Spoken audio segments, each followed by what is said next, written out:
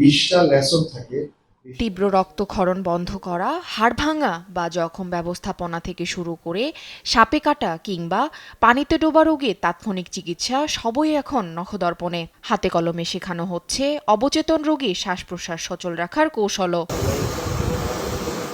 বান্দরবানের আলীকদম ও লামা উপজেলার ২২টি দুর্গম পাড়া থেকে বেছে নেয়া ২৬ জন তরুণ তরুণীকে দেয়া হয়েছে জীবন রক্ষাকারী বিশেষ প্রশিক্ষণ।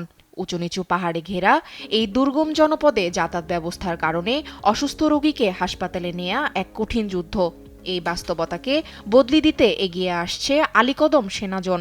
২৭ জন পুরুষ ও ৯ জন নারী স্বেচ্ছাসেবী নিজ নিজ এলাকায় প্রাথমিক চিকিৎসার নির্ভরযোগ্য স্তম্ভ হিসেবে কাজ করবেন। প্রশিক্ষণার্থীরা জানান, তাদের পাড়া থেকে হাসপাতাল অনেক দূরে। অসুস্থ ব্যক্তিদের হাসপাতালে নেয়ার আগে প্রাথমিক চিকিৎসার মাধ্যমে অন্তত জীবন রক্ষা করতে পারবেন তারা। স্বাস্থ্য কমপ্লেক্স দূরত্ব ৪৮ কিলোমিটার।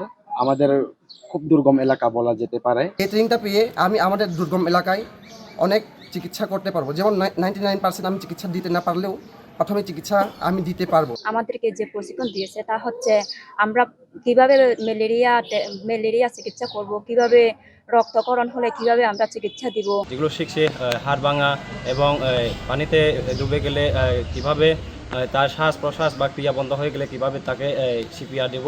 রোববার বিকেলে সমাপনী পর্বে প্রশিক্ষণার্থীদের মাঝে সনদপত্র, প্রাথমিক চিকিৎসার সামগ্রী ও ফার্স্ট এইড বক্স প্রদান করা হয় এবং ভবিষ্যতে জনসেবায় সক্রিয় ভূমিকা পালনে তাদের উৎসাহিত করা হয়। এবং আমরা চেষ্টা করেছি যে ক্লাস্টার ভিত্তিক পাড়া, যে ৪-৫টা পাড়া মিলে একজনকে নির্বাচন করা, এটা আমাদের ফেজ 1। আমরা ২৬ জনকে নির্বাচন করেছি বিভিন্ন পাড়া লামা এবং আলীকদম থেকে, যাদেরকে প্রাথমিকভাবে আমরা ২ সপ্তাহের ফার্স্ট এইড ট্রেনিং এবং নার্সিং প্রশিক্ষণ দিয়েছি।